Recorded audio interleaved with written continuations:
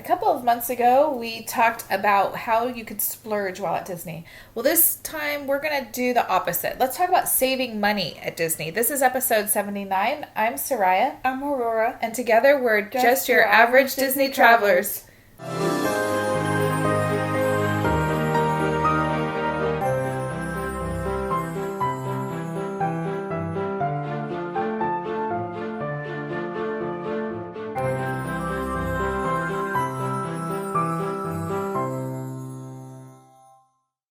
So Disney is not a cheap trip. This is going to be a little bit of an expense no matter when you're going, no matter where you're going, no matter how long you're going, no matter how you're going. Disney's going to cost a little bit of money. Oh, yeah. That's just going to be a given. But there are ways that you can reduce how much you're spending as well. It doesn't have to be as much as it could be. Yeah. So let's talk about different ways that you can save money when going to Disney. And this is really going to be the Disney parks. This will work for Disneyland and Disney World. What's our first idea, suggestion, tip? Book early. The ticket prices will increase as you get closer. Well, okay, yeah. The hard part is you never know when the ticket prices are going to increase. They used to kind of be pretty consistent. They would increase once a year, and it was usually, the first part of the year. But we have been seeing random ticket increases based on things going on with the parks and things.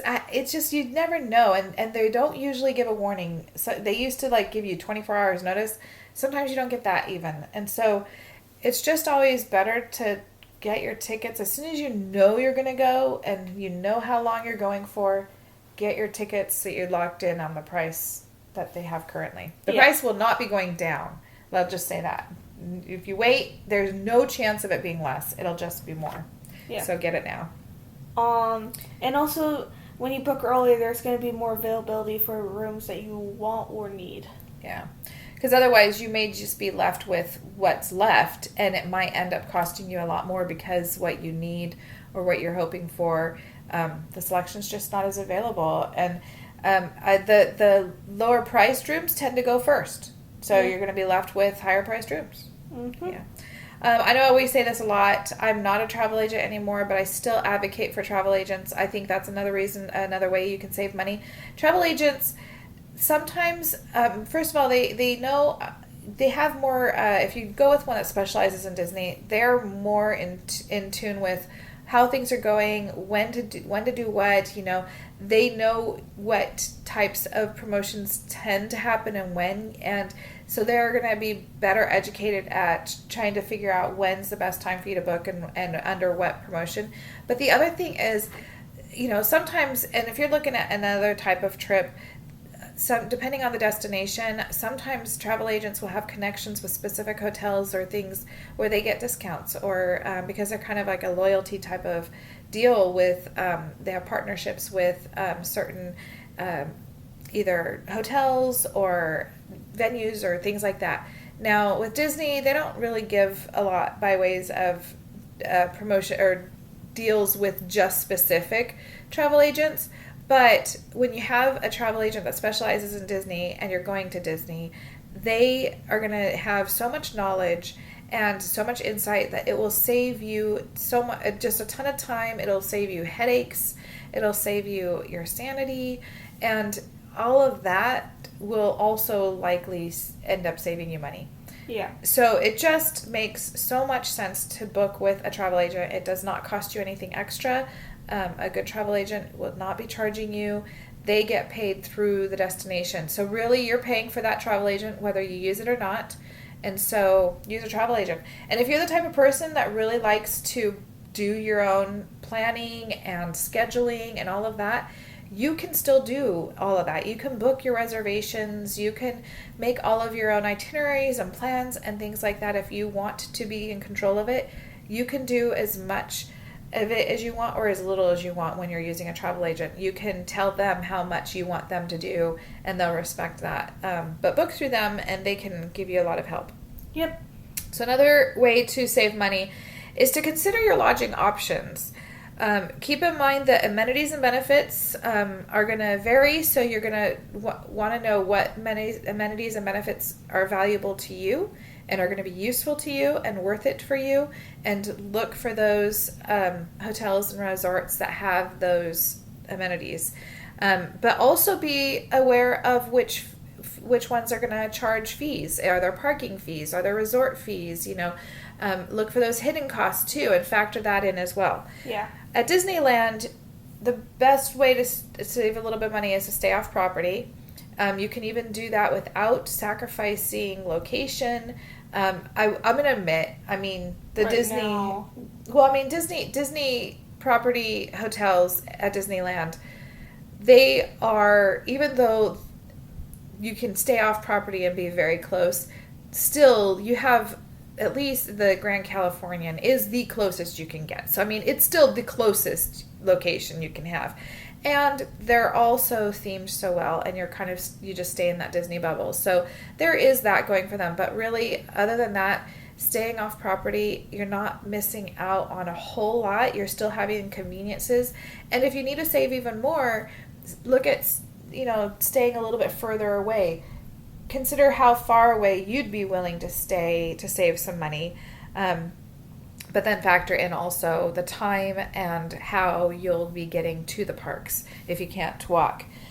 Disney World, the ways to save would be using the value resorts. You could definitely go off property, but I think that is taking you so much farther away that it may not be worth it. Yeah. But the value resorts, or even camping. They have a campground at Disney World, so you could try that. For larger groups in either destination, you might consider an Airbnb or a Vrbo, renting a house.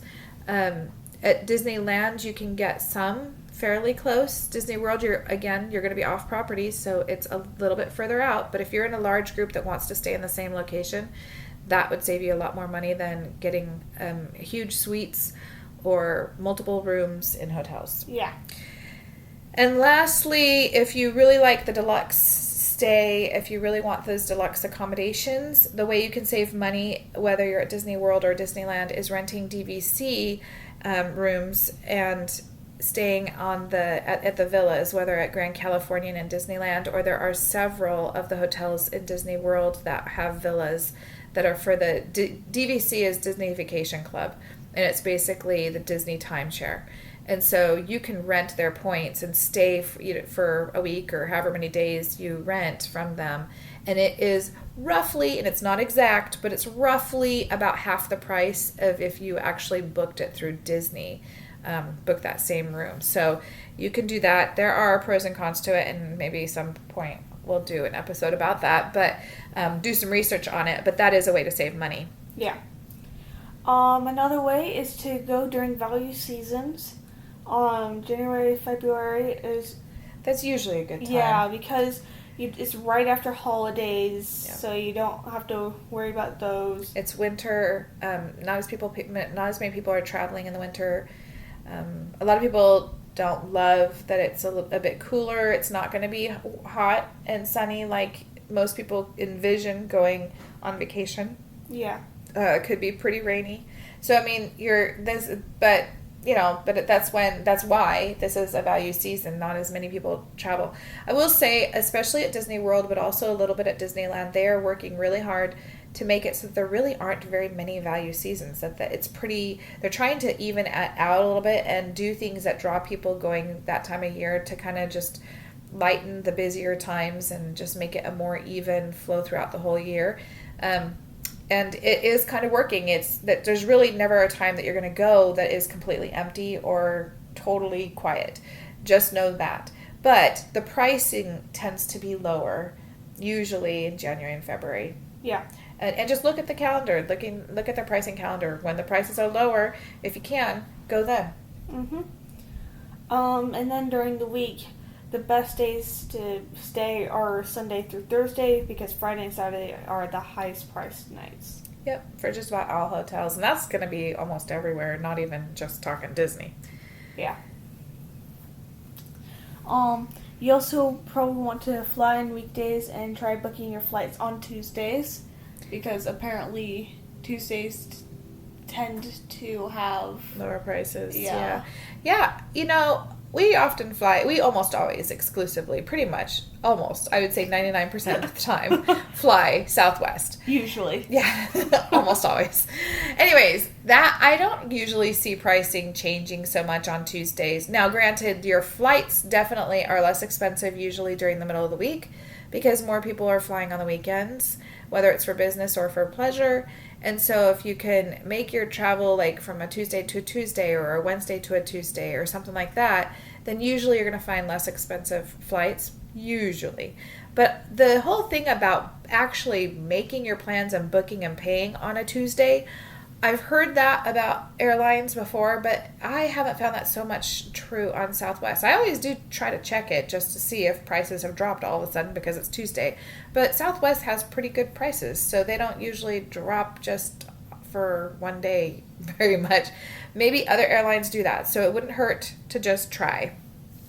Now, the other thing, another thing to keep in mind, and this isn't necessarily saving money, but just as a reminder, the longer you stay, the more value you're getting, the better the value is per day, because as you add days to your tickets, and this really only is working for the tickets, but it's a big enough of an expense that it has an effect on your budget. Yeah. The more days you stay in the parks, each day costs less. So adding an extra day, it's not like adding another full day. Your first day at Disney, no matter where you're at, Disneyland, Disney World, is going to be roughly $100, a little bit more than that, most likely. But your second day is just a few dollars less than that. And then your third day, it just keeps dropping and dropping to the point where it gets to be where it's really insignificant, considering how much it is for one day, it's a lot less for your third, fourth, fifth, sixth day, depending on where you're going. Disneyland doesn't go up to 6 days, but Disney World goes up to 10-day passes.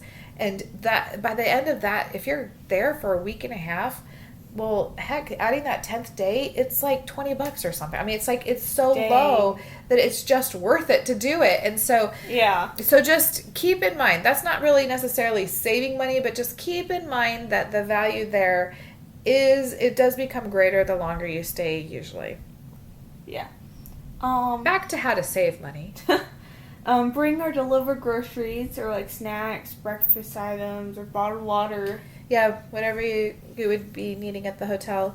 This is a really good tip because all of those items are going to be so much more expensive in the parks. Yes. And so if you can bring them from home, or if you're not able to bring them from home, have them grocery delivered. That will save you money. Mm-hmm. Yeah. Keep in mind also quick service restaurants cost less than the table service restaurants. So they're also quicker and more convenient usually to use. So as you're looking at your dining budget, maybe plan to use more quick service than sit down service. Yep. You can also share meals, which is what we do. We do. But it's not an option at buffets. Yes, buffets. Well, yeah, no, I just you were saying buffets. Yeah. Buffets or at like meals with a prefix price. Yeah, so like sometimes some of the character dinings and things like that might have a prefixed price, and so those you cannot share. But or like even like a dining package, say for a night show or something. But otherwise, absolutely, we share almost all of our meals. We share, and it saves money. You can also order from the kids' meal if you're not sharing, and which when we're not sharing, that's what we do as well. Usually, if we don't see, we don't want the same thing, order from the kids' meal. Especially if you're at quick service, they don't know who you're ordering for. You could be ordering for your child that's out with their dad or something on the street. They don't know who's eating this, and so they don't care. Yeah. But even with the sharing too, we've done that at the sit-down restaurants, and we always ask first if we can share the meal, and we've never been told no. So yeah, it's definitely an option. You can bring food into the parks. And we've talked about this a little bit before. Yeah. The small coolers are fine. Mhm. But no loose ice or glass containers. Yep. So that's definitely way to save even more by bringing your food into the parks. And Yeah. some people get surprised by that. I still come across people who are surprised to hear that you can take your food and drink into the parks. Yes, you absolutely can. You can bring in all of your food if you don't want to buy any. So definitely use that, at least for some snacks maybe, but, for a full meal or more. Yeah. You can get cold filtered water from the quick service restaurants, and it's free. So just go up to the quick service counters and let them know that you just need some water. During the summer, I find that they usually have a lot sitting there ready because they know so many people are going to ask. And so you don't even have to wait. And it doesn't take any time. You just go up and get however many you need for your group. Yeah. That's a really good tip. They do have water stations throughout Disneyland, and I'm sure they do at Disney World too, but to be honest, I don't remember because I don't think I've used them. But most of the ones at Disneyland, I'm not super duper impressed with. They're basically water fountains, but they have the nozzle so you can fill up a water bottle instead of actually going and drinking from it yourself. And so the water, it's not necessarily better, except for, and this isn't even the same type of thing, but at the Pim's Test Kitchen in Avengers Campus, they're on the side, they have their drinks, and you can get water there and fill up your water bottle there, and that is cold filtered water. It's not the same as a water station, but it is a water station. It's just their drink station. So, anyways, use the quick service. Get your water from it for free. Yep. Also, bring souvenirs from home. We've talked about this a lot too. If you need to save money, get a Disney shirt from Target, or a cute little toy, a Disney toy, little plush or something from the dollar spot there, or Walmart or whatever, where it's going to cost so much less than Disney World. So if you can do that and just give them to your kids at the end of a day or at the beginning of a day, even better, because then they won't ask, hopefully, while they're at the stores, say, remember you got that Minnie Mouse before we even left the hotel, But anyways, if you do that, then that'll help save some money. Yeah. Pin trading, for pin trading, instead of buying individual pins for like $5 each, if not more. At Disney, they're start at probably like $6 or $7, yeah. But you can buy a ton on eBay for, I don't know, like how many? It depends, because you did. Usually I can get them anywhere from 50 cents per pin when I buy them in a lot. Yeah. But sometimes I've had it even be up to $1 per pin, but that's still a good deal. Yeah. The thing to know about these pins that you're going to get in these lots is they're not going to be the best quality. They're not the fancy ones. They aren't even technically, like, they're stamped with like the Disney stuff on there. It's not the collectible ones, really. Yeah. And so they're really not the greatest value, except that's why this is such a good deal, because you're buying these pins at a really low price, and then you're taking them and trading them up for better pins. Now, the thing to know about that is, if you're going to do that, you want to do that with a cast member. Cast members are going to accept whatever trade is offered to them, as long as it's an actual tradable pin. If you try to do this with a trader, a collector in the parks, like someone standing in line with you, if they're a true pin trader, they probably understand the value of pins, and they're not going to want those cheap pins. Yeah. They're certainly not going to give you a really good one for that, unless you have someone exceptionally nice, which we have had. Actually, one time there was a little girl, I think it was with you, she at Disney World, if I remember right, she knew that what she was offering you as a better value, and I was like, are you sure? And she said, yeah, I don't mind. And she was just super sweet. So some of them, they don't mind. But if you get into a hardcore trader, they're going to kind of be a little bit snobby about the pins that you get off the eBay lots. But if you're just doing it for fun, and especially if you're just using it to trade with cast members, you can really trade up to some pretty cool pins. Yeah. And they're not all bad in those collections. Some of them are kind of cool. So I've gotten some that I liked. Yeah. Every now and then, in our lots, we usually find a couple that we like enough to keep and don't want to trade. Yeah. So another way to save money is to be prepared before you go. You don't want to get stuck having to purchase items that you could have brought from home, and you certainly don't want to be paying Disney prices.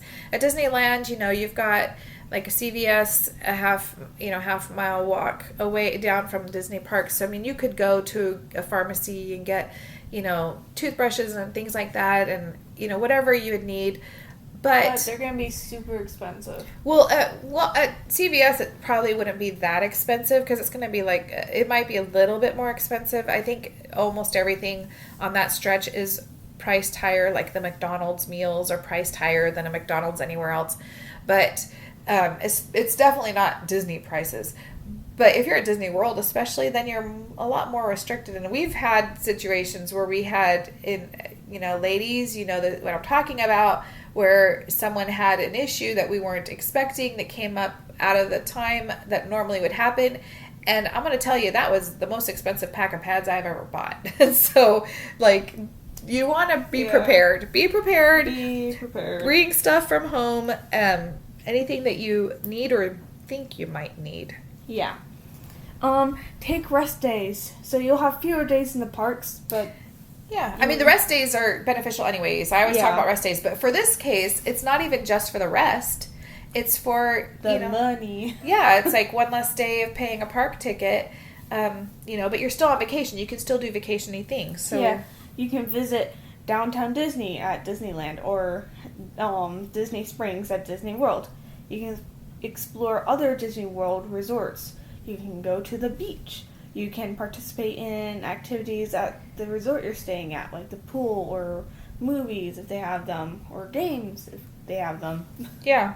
So lots of different things you can do on a rest day that is still vacation-y, it's still relaxing, it's lots of fun, but is not going to cost you as much money as being in the park. If you're going to purchase Disney gift cards, you should, or I guess you can buy them at Target, which will be if you have the red card. Yes, Target red card. The Target red cards, they'll be 5% off. Yeah, and you can pay for your vacation using the Disney gift cards you purchase there. So if you are booking, whether it's through Disney, whether it's yourself online, whether you're using a travel agent, you can pay for your Disney vacation that way. Now, if you're using another service, like say Costco or AAA or Getaway Today or whatever that's called, those places I don't think you can use the Disney gift cards. So this only works if you're booking straight through Disney or if you're using a travel agent that books Disney, and you can pay for using this Disney gift card. Not only can you pay for your trip, which if you're getting tickets or a package or hotel, whatever you're purchasing through Disney, but you also, once you're in the parks, can use this for food, you can use it for merchandise, and you can also use it at the Disney stores, like at your own mall or online. But the biggest thing to keep in mind about this, I always make sure to tell you, is if you get a Disney gift card, if that's where how you're gonna do it, just be mindful that if something comes up on your trip and you get refunded anything or you cancel and get money back, it's going to go back onto the card that you use. So it'll be going back onto your gift cards, not to a bank account. So it's still going to be only usable to purchase something for Disney, whether it's a Disney vacation or a Disney merchandise. You won't be able to then put it back into your bank account to use it for a completely different purpose. So make sure that this money is absolutely, completely 100% going to Disney, and then go and get those Disney gift cards through Target, and it'll save you 5%. Yeah. Disney Visa will earn Disney Visa earns rewards and gets you 10% discount on purchases $50 or more in Disney stores. Yeah, so if it's less than $50 purchase, then you don't get a discount. But if you're spending $50 or more in any Disney store on property or in the mall or online, if you use your Disney Visa card, then you'd get a 10% discount. Yep. And so that's nice. But also it earns points. And then you can use those reward points. They go onto a card that you can also use to pay for your vacation or pay for merchandise or food once you're in the parks. Yeah. Yep, so that's all nice and helpful. You can also use rewards or points that you have at other hotels. So if you're staying off property, like at Hilton or Marriott or wherever you're staying, if you have a loyalty card, or your flights, whatever airline you like. If you have any points, use those if you can. If you've been building them up, saving them up, that's a great way to get a really good price on a vacation. Kids under 3 years old are free at Disney, and then kids 3 through 9 are they cost less, or their tickets are less than the tickets are less, older. And kids' meals will be less, and things like that. If you're doing a character dining, their meal will be less. So what's good to know about that is you might not want to wait too long to go and take your kids. Maybe take them before they move up to the next level where they're going to cost more. So if you've got a 2-year-old and you're thinking about going, you might want to go before that birthday, before they turn 3. If you've got a 9-year-old, you want to go before they turn 10, because once they turn 10, they're priced as an adult. Yeah. And so those are things to remember. And then finally, plan ahead. Save money every month. As soon as you start thinking about doing any type of trip or big purchase or anything, but right now we're talking Disney vacations, start putting money away for it, so that you have it already planned and saved for. You can, once you book your trip, you can make payments if you're booking through Disney or using a travel agent going through Disney. You can make your payments however it works for you, or just put it aside in your account and then just pay it when you're ready. But definitely start saving, or putting just a little. If you do a little bit at a time, it's nice how quickly that can add up. So those are a lot of different ways that you can save money at Disney. I'm sure that there are more. Please share your ideas with us, because I love finding ways to save money. Our name is The Average Disney Traveler. I think the average person is really looking for a good balance between getting the value and quality that they want, but at a good price, because things are expensive. And so we're all looking for a way to have a good, positive, wonderful experience, but at the right cost for us, for our budgets. Yep. Because that's what allows us to go back again.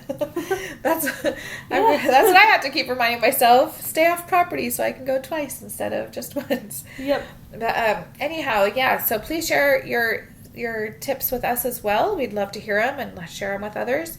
But that's it. Thanks so much for listening, and we will talk to you next week. See you.